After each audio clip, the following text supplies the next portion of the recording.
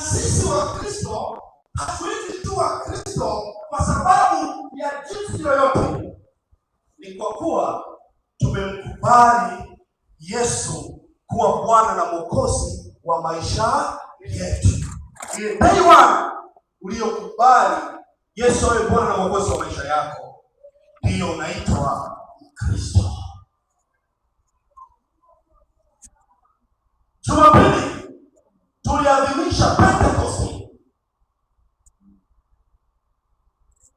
ujazo wa Roho Mtakatifu, ambayo ndiyo tabia halisi inayotuwasilisha na kututambulisha kwamba huyu ameokoka.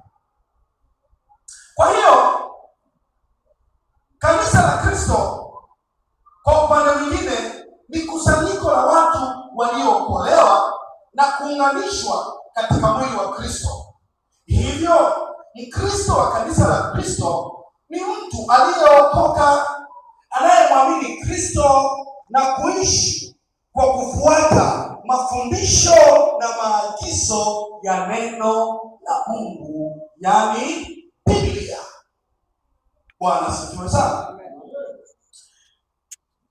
Kwa hiyo asili ya mwanzo Wakristo waliitwa kabisa tangu baada ya Kristo tukapata jina hilo. Nisomee Matendo ya Mitume sura ya 11 mstari wa 26.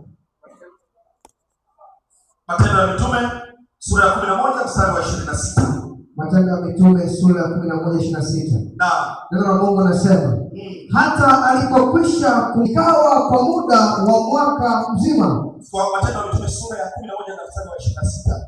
Yes. Nao wanafunzi waliitwa. Matendo ya Mitume sura ya 11:26. Ndio. Nasema, Naam. Hata alipokwisha. Sawa, twende. Hata alipokwisha kumwona akamleta Antiokia. Sawa. Ikawa kwa muda wa mwaka mzima wakakusanyika pamoja na kanisa na kuwafundisha watu wengi. Na wanafunzi waliitwa Wakristo kwanza hapo Antiokia. Asante sana. Wale waliokubali Yesu kuwa Bwana na Mwokozi wa maisha yao, yeye amekwisha kuondoka, wakakaa pamoja. Tayari waliowaitwa na kuwaona wakawaita wanafunzi wa Yesu, wamekaa pamoja, wamesubiri nguvu ya Mungu, wameanza kuwaombea watu, ishara na miujiza zilionekana. Waliowatazama wale wanafunzi wakaitwa Wakristo. Haleluya! Kama leo unatembea barabarani, wakimwangalia huyu na wewe wanakuweka pamoja, automatically wanasema huyu ni Kristo. Ndio Kwa nini? Tabia yako haifanani na vitabia vya wale wengine. Bwana asifiwe sana. Kwa hiyo Mkristo si mtu kwa jina tu, bali ni mtu aliyempokea Kristo na anasimama kama mtu aliyezaliwa mara ya pili, kama ndugu zetu hawa. Lakini mfuasi wa kweli wa Kristo, tunaposema mfuasi wa kweli wa Kristo, ni mtu ambaye hana janja, haungiungi. Akisema kweli ni kweli, akisema ndio ni ndio, akisema nitatoa, akisema sita. Kwa nini? Kwa sababu anaishi ile kweli ya Kristo. Bwana Yesu atusaidie sana. Mapungufu yanaweza yakawepo, lakini lazima iweze kukufananisha na msingi wa kwanza wa mtu aliyeokoka. Bwana Yesu asifiwe sana. Mtu anaishi maisha ya utakatifu. Nisomee Yohana sura ya 1 mstari wa 12, tumbie hapo. Neno la Mungu linasema. Yohana sura ya 1 mstari wa 12. Yes. Yohana sura ya 1 mstari wa 12. Neno la Mungu linasema, bali wote waliompokea aliwapa uwezo wa kufanyika watoto wa Mungu. Ndio wale waliaminio jina lake. Haleluya. Wangapi wanaamini jina la Kristo mchana wa leo? Yes.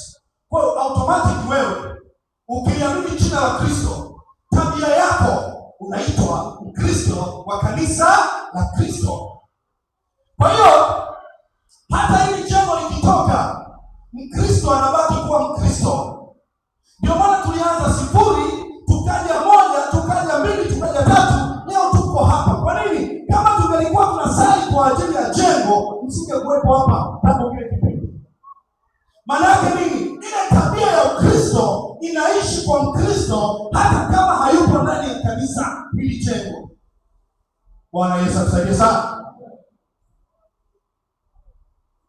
Kanisa la Kristo si jengo kama ambavyo nimesema, bali ni moyo wa mtu ambaye ameokoka. Tutazame sasa sifa za Mkristo wa kanisa la Kristo. Sifa za Mkristo wa kanisa la Kristo. Na moja, huyu Mkristo wa kanisa la Kristo ana imani ya kweli kwa Kristo. Na unielewe vizuri. Mkristo wa kanisa la Kristo ana imani ya kweli kwa Kristo anayemwamini. Ukishaona Mkristo anapita kwenye shida, anakwenda kwa mganga, huyo sio Mkristo wa kanisa la Kristo. Si sawa kwani mnaenda mbona mwitiki? Alienda kwa mganga jana, nyosha mkono tuone.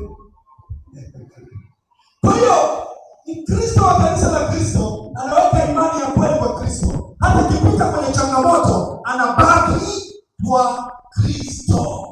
Wanapewa sifa sana. Ebrania 11:6. Ebrania 11:6. Ebrania 11:6. Yes, neno la Mungu linasema, lakini pasipo imani haiwezekani kumpendeza.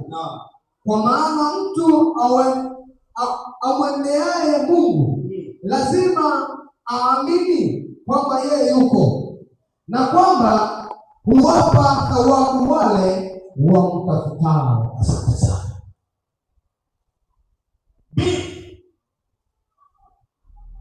Anaishi maisha ya utakatifu. Mkristo wa kanisa la Kristo anaishi maisha ya utakatifu. Andika Petro wa kwanza sura ya 15. Petro wa kwanza sura ya kwanza 15-16. Anaishi maisha ya utakatifu. Huyu Mkristo wa kanisa la Kristo ni lazima ampende Mungu, lakini pia awapende na watu. Bwana asifiwe. Amen. Shalom, shalom. Narudia tena. Mkristo wa kanisa la Kristo, tabia yake ama sifa yake ni lazima ampende Mungu, lakini awapende na watu. Kwa nini? Kwa sababu kanisa hili ambalo tunalizungumzia ni lazima liwe na upendo. Kanisa sio sehemu ya kuumizana. Kanisa sio sehemu ya kujeruhiana. Jamani, kama mnisikilize, huko duniani shida ni nyingi, matatizo ni mengi. Tunapokuja kanisani tunahitaji kuachilia mioyo yetu. Sitamani kuja kanisani eti nikute brasa hapa tena tunaanza kuumizana. Si sawa Natamani siku nikija kanisani hapa, ninaporudi nyumbani, moyo wangu uwe mkunjufu kwa Bwana. Niseme sina shida za wiki nzima, simeondoka. Yule bosi aliyenikwaza ameondoka. Nina neno unaiwa silioni. Nimetoka kanisani, nimemwona Bwana amenihudumia. Haleluya. Changamoto makanisa ya siku hizi, kuna baadhi ya vitu viko kipaumbele sana kuliko kusaidiana mioyo yetu, kuliko kuinuana mioyo yetu. Bwana asifiwe sana. Lazima tusaidiane. Na kwa vizuri sisi hapa ni vijana, kanisa lina vijana. Bwana tusaidie. Lazima tuwe wakati wa kujenga ule upendo wa kweli. Tuwapende watu, tumpende Mungu. Haleluya. Sio mimi nimekopa hela kwa brother hapa, kesho wananitangaza kanisa zima wanajua. Haleluya. Haleluya. Bwana asifiwe sana. Na kweli kwa pale nimekuwa masjidi. Yaani hajamaliza. Anakwenda kumwambia mama, yule kijana usione basi utikile wewe acha. Usione vile. Tayari pengine mimi labda nimesoma mbele sana. Kuna mwingine ukifanya hivyo ndio mwanzo wa kutokuja kwenye kanisa. Bwana sifiwe sana. Amen. Kuna mwingine tu kimsema mbaya. Tena kwa bahati mbaya ujue. Sio kama mileta haina speed ya safari. Unaweza kuwa mnajadili tu kitu kidogo. Ndio mwisho wa safari. Kwa hiyo kanisa la Kristo na tabia za mtu wa kanisa la Kristo lazima tuwekeze kwa Mungu na kwa watu pia. Tuweke utaratibu. Anapokuja kwenye idara ya wanawake, tunamlinda, tunamjenga, tunamtia moyo, anasonga mbele. Akija kwa vijana, tunampokea, tunamlinda, tunamjenga, tunamtia moyo, anasonga mbele. Akija kanisani Jumapili, akija kanisani Jumatano, akija kanisani Jumanne, akija kanisani Ijumaa, mtu ajisikie yuko mahali salama. Haleluya. Mtu ajisikie kweli kwenda Jumapili imechelewa. Haleluya. Mtu aone kuja ibadani Jumapili amefanyaje? Sasa mtu wa tabia za kanisa la Kristo, unaambiwa njoo saa 4 ibada inaanza, unakuja saa 4 dakika 45. Hiyo tabia ya mtu wa kanisa la Kristo? Hapana. Kwanza mfano kama leo baba amesema wajawazito waje waombewe. Nikajisikia vibaya. Wamekuja baada ya ibada, maombi yameshapita. Sio vizuri usirudie kuchelewa kanisani. Si ndio? Hujui Roho wa Mungu anasema nini kwa wakati gani. Kwa hiyo akasema wajawazito waje mbele. Nikaona kaza wote nikakumana. Lakini kama nikaona wanaingia nikasema wamepitwa na baraka ya maombi ya watumishi wa Mungu. Nikutie moyo. Mtu wa tabia za kanisa la Kristo huwa anaishi kwa maneno yake. Tukitangaza ibada inaanza saa 2, lazima awali saa 2. Si sawa? Mbona kuchelewa unaangalia muda? Hata sasa unaangalia muda. Kwa nini unaangalia muda? Kwa sababu umegungumana, roho yako haina muda na Mungu. Si sawa Kuchelewa kanisani umechelewa kufika. Ila kukutoa unasema Zaidi anachelewa. Na sasa tunaanza kuhesabia muda. 10 mpaka saa 10 leo.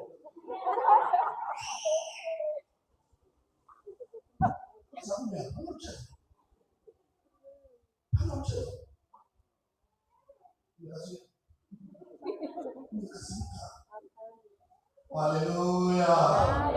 Tunapofika saa 10 Bwana. Kwa hiyo tunapofika kama leo, tujenge kwa utaratibu hapo. Ili Bwana awe na muda na sisi. Ili Bwana atuhudumie. Bwana aseme na sisi. Jamani, Jumatatu mpaka Jumapili, mpaka Jumamosi tuko busy wapendwa. Ama sijui mimi tu peke yangu. Sijui.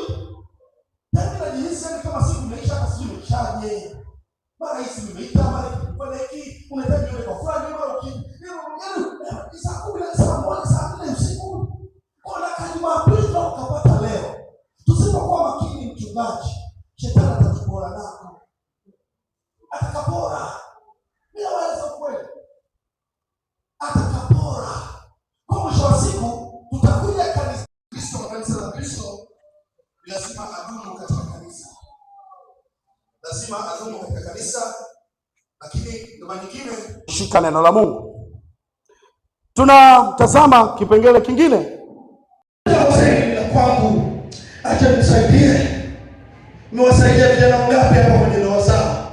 Nimewasaidia watu wangapi kwenye changamoto zao? Msichoke kuzia kwenye nchi yake. Bwana sifiwe sana.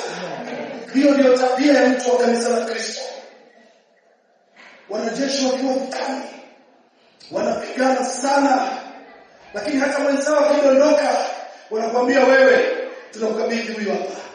Sisi hata tupigane. Si sawa utuambia naendeleaje?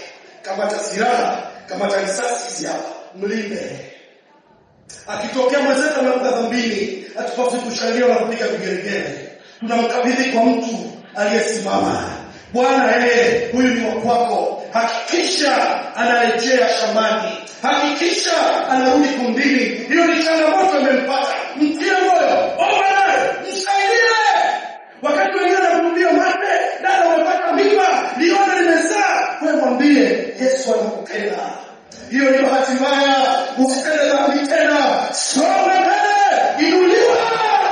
Hiyo ndio tabia ya mtu wa kanisa la Kristo. Na kama una maombi, utaona kwamba unateseka bure. Hata ukimsaidia mtu kukusaidia. My friend, my brother and sister, unapita kwenye madhira magumu, hauna msaada, hauna mtu wa kukusaidia, lakini leo tunaye Kristo aliyekufa msalabani kwa ajili ya dhambi zetu, aliyesema imekwisha. Yako matatizo, ziko shida, hata ukimwambia rafiki yako hawezi kukusaidia, lakini Yesu ambaye ni mwenye tabia halisi ya kwake anasema, njooni kwangu ninyi nyote msumbukao na wenye kulemewa. Anasema kwanza kuna mizigo, alafu anaendelea na dhambi. Haleluya! Kuna mizigo na kuna dhambi. Kuna mizigo ya magonjwa, kuna mizigo ya ukosefu, kuna mizigo ya kukataliwa, kuna mizigo ya kuanza vitu havifanikiwi. Yesu anasema yuko tayari kukusaidia, yuko tayari kukuinua, yuko tayari kukupa nguvu ya kusonga mbele. Jana leo Yesu anakuletea nguvu na kukuwezesha kukupa nguvu.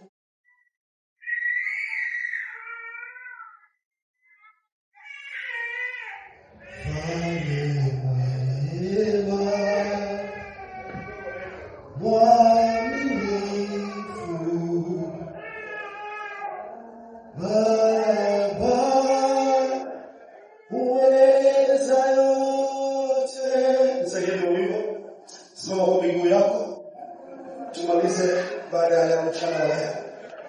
Tunaelekea mwisho sasa. Nisaidie wimbo dakika chache. Tumwambie Bwana mfalme mwema mwenye nguvu mweza yote la milele. Yeye ambaye hashindi na jambo lolote atusaidie. Pengine mkiri tabia zetu zimetufanya tusitazame. Pengine tabia zetu zimetufanya Baba asitusaidie. Pengine tabia zetu zimetufanya Baba anyamaze kwa muda. Lakini leo anatuambia tabia sangu kanisa la Kristo ni nani? Ni wewe unayenisikiliza sasa hivi. Baba yeye mweza wa yote, mfalme mwema, Mungu mwenye nguvu kwenye haraka. Hatuna muda sana. Yes. Dakika chache sana tukimbie.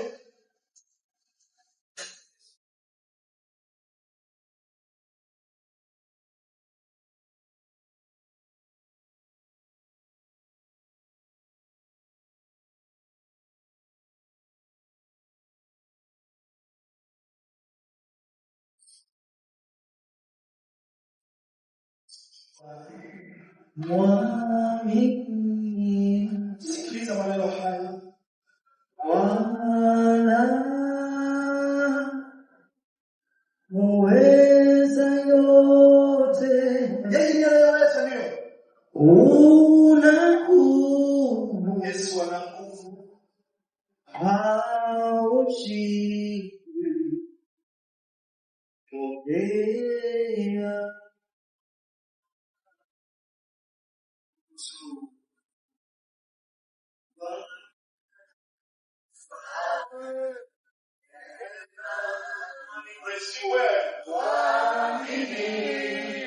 Yes.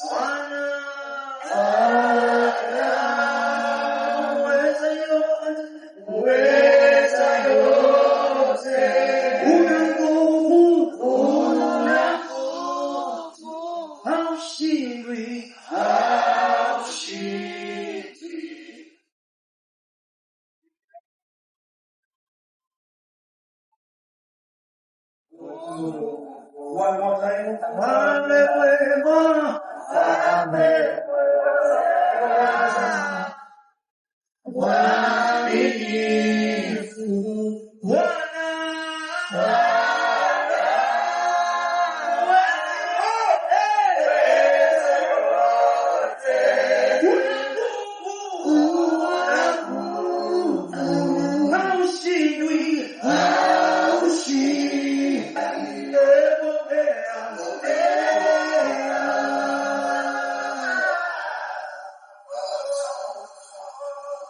Sikiliza nikwambie rafiki yangu na ndugu yangu. Iko shida inayokusonga kwenye maisha yako. Iko shida inayokusonga kwenye maisha yako. Iko shida inayokusonga kwenye maisha yako. Iko shida. Wakati mwingine unaona kumwambia mchungaji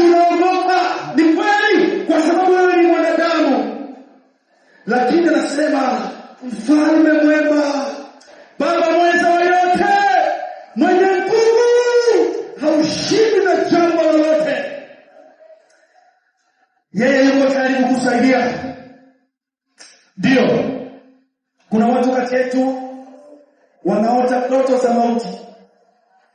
Anajisi kama anataka kufa, anapoteza nguvu, anapoteza tumaini, anahisi kama roho ya mauti iko karibu na yeye. Wakati mwingine tukiwa barabarani, unaona gari zinakukosa kosa, mara ajali, mara wakati nyumbani unaanguka.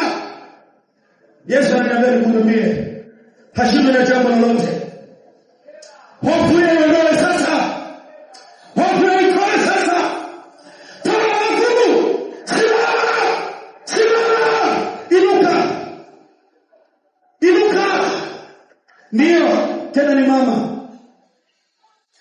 Nakwambia Yesu yuko tayari kukusaidia. Yuko tayari kukusaidia. Na ujauzito wako unajipungua salama. Hiyo ndoto unayoota, ndoto mbaya, naambiwa nikwambie kwamba today, leo, Yesu anakusaidia.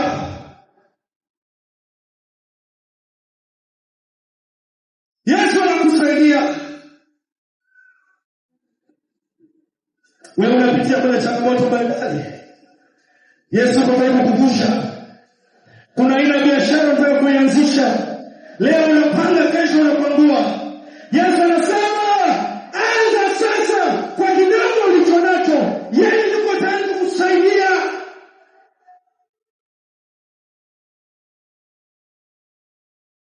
Naomba unifuatishe maneno haya kwa sauti kubwa sana. Wote tuseme, pale ambapo Bwana ametukumbuka Yesu atusaidie. Sema ee Bwana Yesu, mchana wa leo, moyo wangu uko wazi kwako.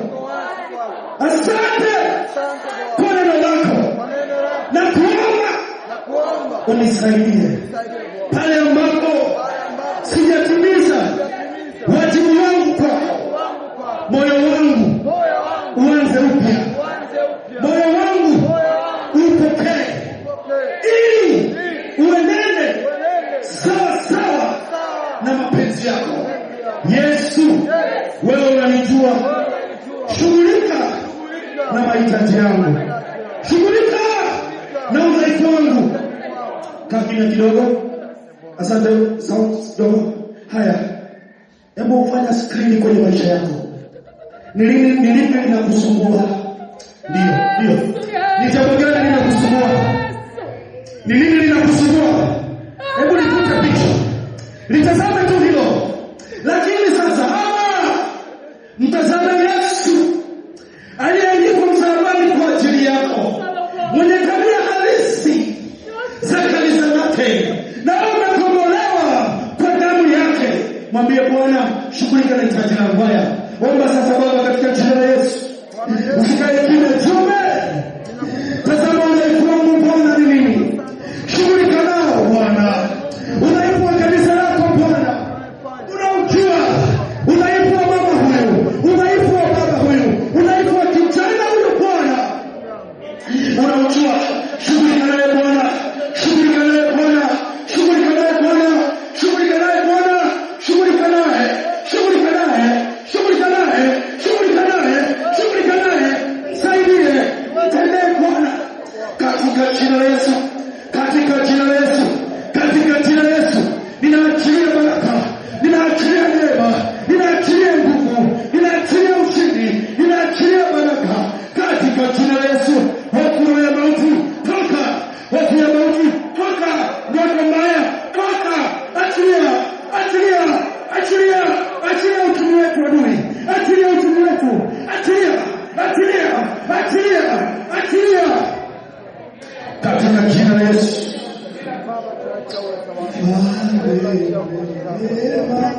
Asante kwa sababu ni mkuu. Wewe ni mwaminifu. Wewe ni Mungu mwenye nguvu. Baba, nakutawala. Twende kuonekana Bwana katika yetu. Kayaone matendo yako mema. Kaone nguvu zako ndani yetu. Kaone roho yako tunatulia. ukatembee pamoja nasi, ukatuongoze Bwana mwema.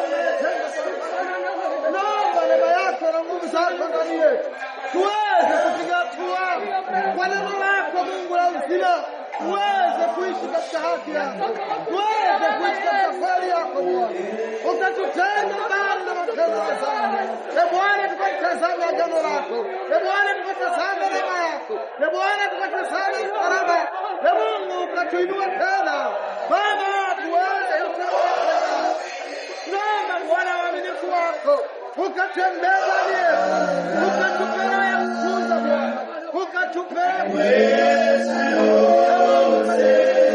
maana tuna mwingine wewe. Neema yako na kukuza kupe ushindi wa kutenda na sawa, kupenda na ndani yetu, kupe uwezo na tujaze neema yako na neema zako, tujaze uwezo wako. Wewe ni Thank you, Holy Spirit. We give you glory, Father. We worship you, Jesus. None like you, Father. Thank you. Sacred water.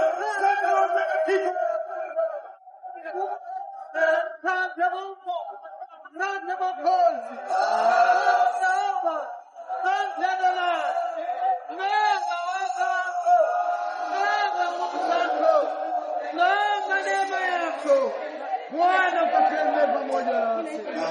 Baba, tusaidie watoto wako weze kuishi tena, weze kutembea kwa imani yako. Asante kwa kuhudumia kanisa lako. Thank you, Father.